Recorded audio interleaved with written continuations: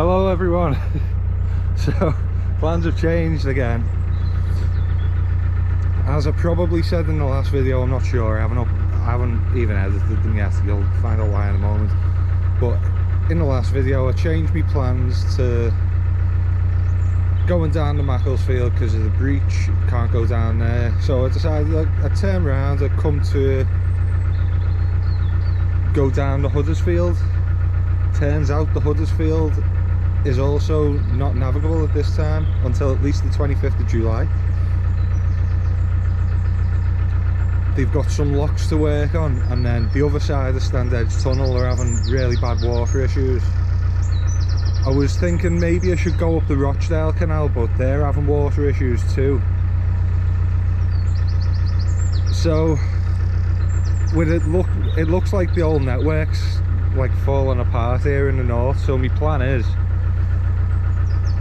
to go home, go into Liverpool, spend a week in the docks, and then I'll consider going straight up the Leeds Liverpool a bit later in the year. But for now, as you can imagine, I'm pretty disappointed. I'm heading home.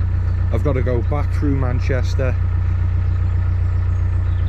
I was absolutely dreading this ride today because I really don't like being in the centre of Manchester. I don't actually mind it once I'm there, but it's just the thought of it absolutely does not do it for me. And I didn't mind it last time I was there, but I mind it now because I don't really want to be there. I want it to be somewhere down the Macclesfield. But yeah, I'm quite gutted. As you can imagine, it feels like my summer's almost come to an end and it's not even begun. I'm sure I'll enjoy myself going into Liverpool. I'm sure I'll enjoy myself going down the Leeds Liverpool Canal. But it's not what I wanted to be doing. Well, anyway, let's crack on. We've got 18 locks to get to Piccadilly. If we get through the 18 locks by 8 o'clock, if we get through them by 2 o'clock, I'll consider doing the next 8 locks of the Naughty 9, so that I'm well set up for pushing on past the Bridgewater. Oh.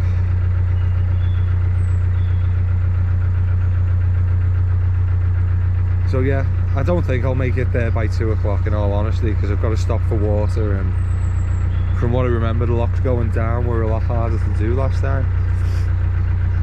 Well, they took a lot more time because I needed to fill them, empty them, and then go, rather than just drive straight into them empty, like it was when I was coming up.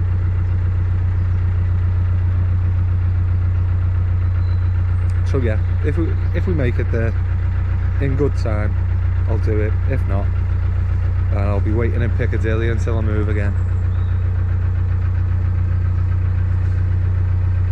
So this has been a long rant talk kind of thing, so I'll make the next few segments quiet if I can.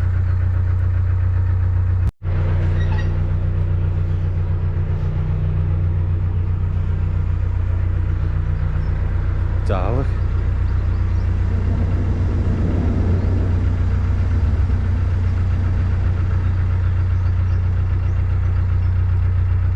And this bridge takes us back onto the Ashton Canal, where I'm going to be spending my day. It's my least favourite canal so far.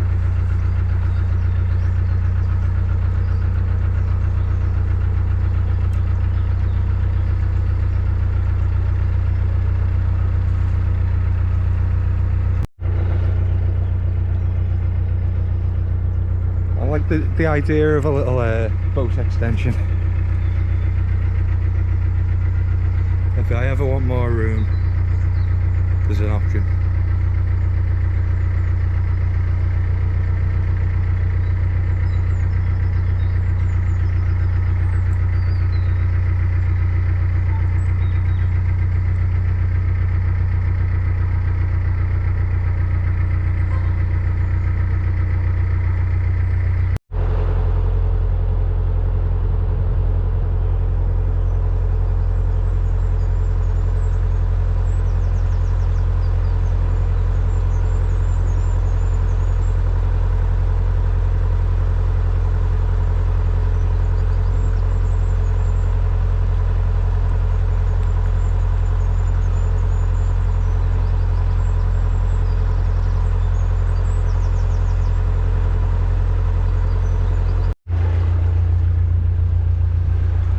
Almost forgot I was filming today. I've topped up on water. That's lock number 1 done. Oh, see my line's gone in the water there. Just drag that out. Oh god, I can feel it being tiresome already. First lock needed filling. I expect pretty much every lock along the way is going to need filling as well, which isn't great. I feel like I'm travelling far too slow. I've likely got something stuck on my propeller, and someone's thrown a can of paint in the water, so there's all this green stuff floating about, sticking to everything. You can see it's stuck on the sides there. It was all stuck down the sides of the lock as well, so this is why I don't like the Ashton. It's just too dirty. It's not well maintained.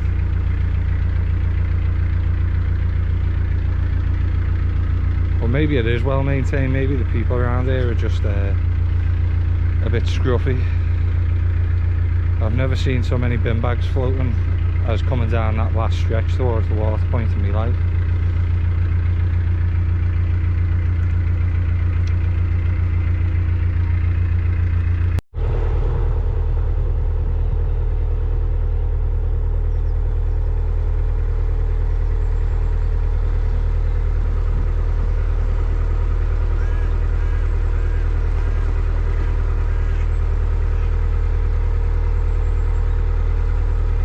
Coming up to this horrible little swing bridge now. Only problem so far has been the little handcuff lock attached to the chain that keeps the bridge shut. That wouldn't come off, but it's sorted now obviously, so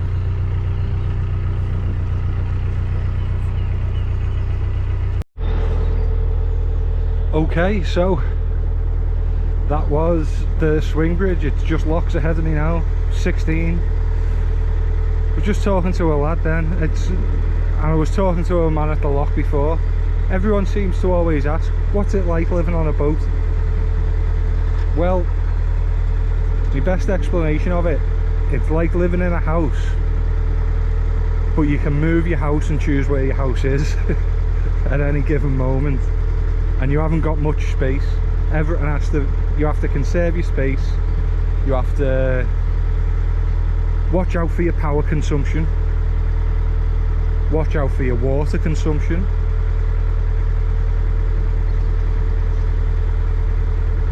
Other than that though, it's pretty stress-free. It's a nice cheap way to live. You feel very close to nature. I don't know, that's about as best I can sum it up really. So if any of you are wondering what it's like to live on a boat, it's like living in a house, but you got to watch your water, lecky, and you can move whenever you want. You can get new neighbours whenever you want as well.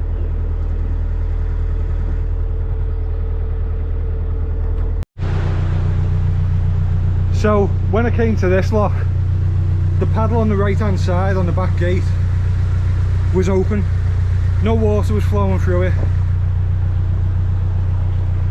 and a fella has just shouted over the hedge, "Hey, your paddle's open."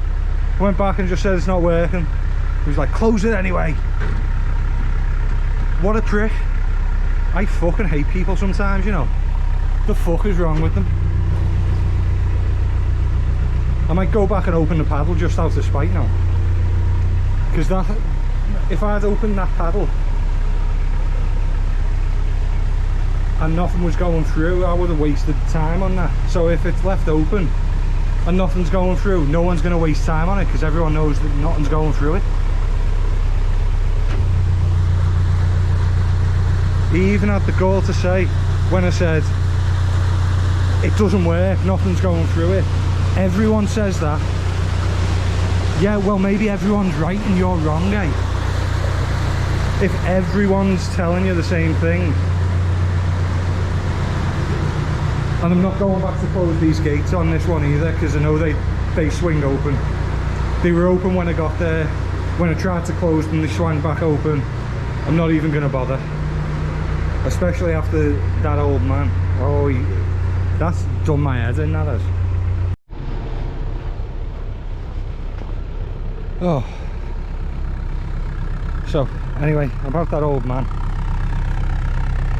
I wouldn't have minded so much if he just said it to me politely. Like, oh, your paddle's up there, mate. It was the accusatory tone in his voice. Like I was trying to drain the canal purposefully or something. Not that it would have drained the canal anyway, because it wasn't working. Anyway, move on from the negativity. I mean, part of this negativity is definitely the fact that I've got to head back towards home.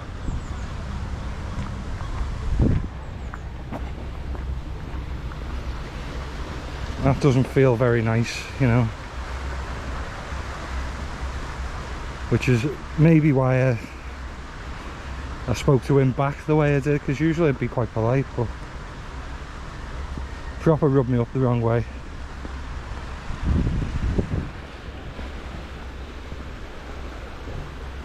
I'm sure I'll feel better once I get to Piccadilly Basin, because I know I'm not making it further than that today. It's pretty slow going on these locks. Everyone has to be filled and emptied, rather than just filled like it was on the way up. Oh well. And then this is a very slow lock, because only this paddle works. So I'll catch us up further down the line once I'm closer to Piccadilly. Just going to forget about the filming and try and calm down for a moment. I'm sorted out now. I had a difficult time getting that last lock gate open. A bit of physical exertion, and then that man in the blue just stopped and had a chat to him. He was a nice man, and that's brought me back down again now. I feel so much better. Just it's, I don't like having negative interactions with people. But I'm going to stand up for myself. If someone's arsey with me, I'm going to be arsey back.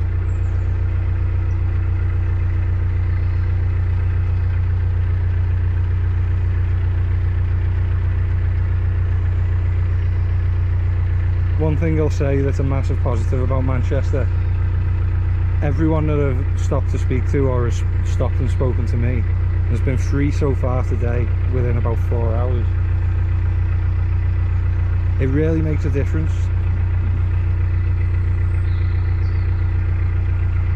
There's a certain kinship that I feel with the Mancunians.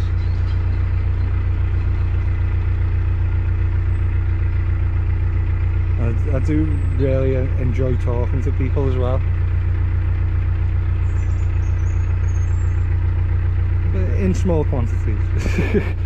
I can't stand people for more than about 10 minutes, but it does fill me with a bit of joy to have interactions with people.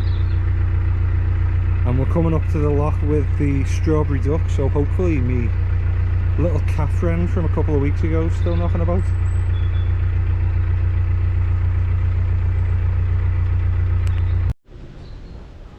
Me little cat mate, she's here. She's just asleep on that mat in the sun.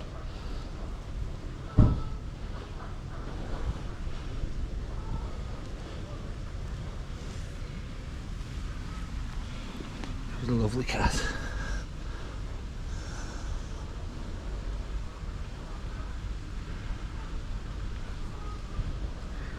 Yeah.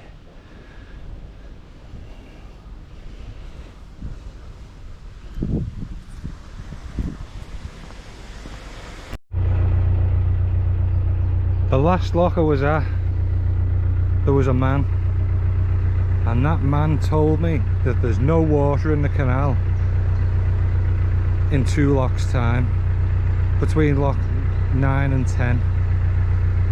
So I'm gonna get this lock done, get myself parked up, and then I'm gonna have to go on a walk and see if it is at all navigable, or if I'm going to have to call the Canal and River Trust and spend the night somewhere here. I'll keep you posted, obviously. Okay, so just talked to the man who's just told me to come on down, and it should be navigable by the time I get there, with me flushing the water down. I'm not sure I have as much faith in it as he does, but we'll see. I might get the lock done for me as well, which might be nice. It's been about 2 hours since the last little snippet, and I haven't really gone anywhere. I've had like a school jumper or something was stuck in my propeller, and now I feel like I'm going into an area that's a bit too shallow for me. Wait there. I've made it through, and the volunteer, I wouldn't have made it through without him, because that thing that got wrapped around my propeller, he was the one that actually ended up getting it off, not me. It took me about an hour of trying, but he's given me a good tip that you can moor in front of the Asda down here, so I'm going to have a look at that, and I might be able to avoid staying in Manchester Piccadilly. That'd be nice. That's hopefully the last lock of the day. That was lock number 8. So that means there's 7 more ahead of me until I'm in Piccadilly Basin. Or 16, oh no, 15 more ahead of me until I'm back onto the Bridgewater.